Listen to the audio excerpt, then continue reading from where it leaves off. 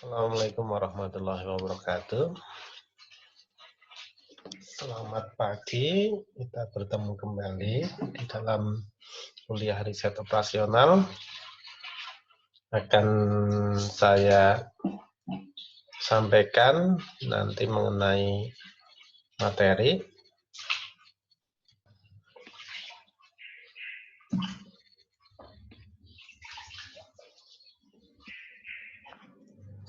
Ini adalah materi mengenai linear programming metode simplex. Jadi untuk menentukan metode simplex, kita perlukan beberapa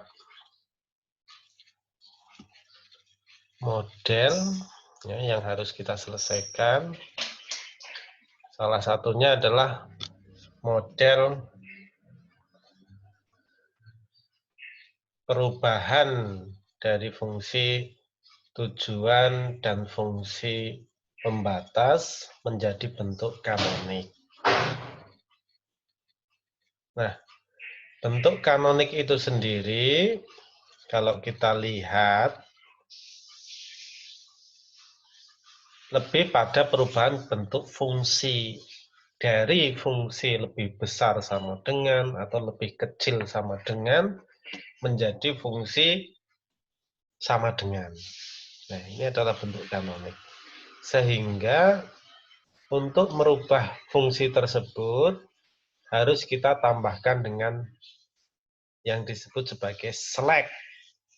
Atau di dalam rumus kita lihat ini ada S, ya, menggunakan S, misal S1, S2, ya, S3 dan seterusnya. Ini kita gunakan.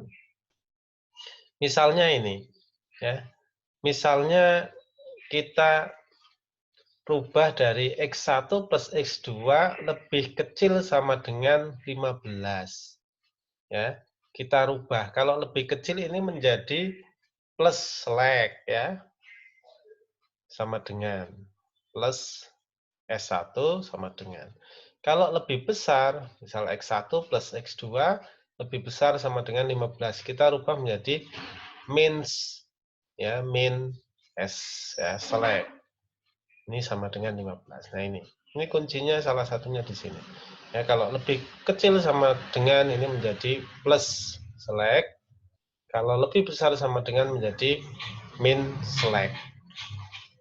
Ya. Kalau negatif, ya kita rubah, ya, posisinya.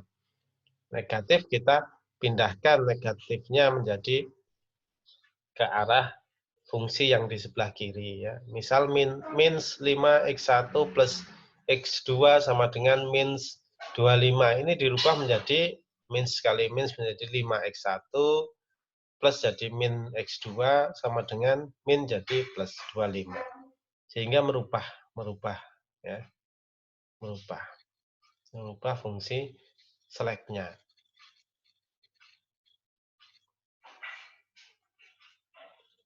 Oke, kemudian kalau negatif tapi lebih kecil sama dengan, ini kita rubah sama dengan mengalihkan minus 1 sehingga lebih kecil sama dengan berubah menjadi lebih besar sama dengan. Ya. Ini adalah contoh di dalam perubahan ke fungsi bentuk kanoniknya. Ya. Ke fungsi bentuk kanoniknya. Ini ada beberapa contoh, ya. Jadi dari fungsi tujuan dan fungsi kendala.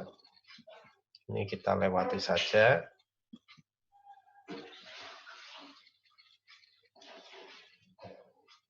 Nah, ini, ya, 2x1 min x2 plus 3x3 lebih kecil sama dengan 8.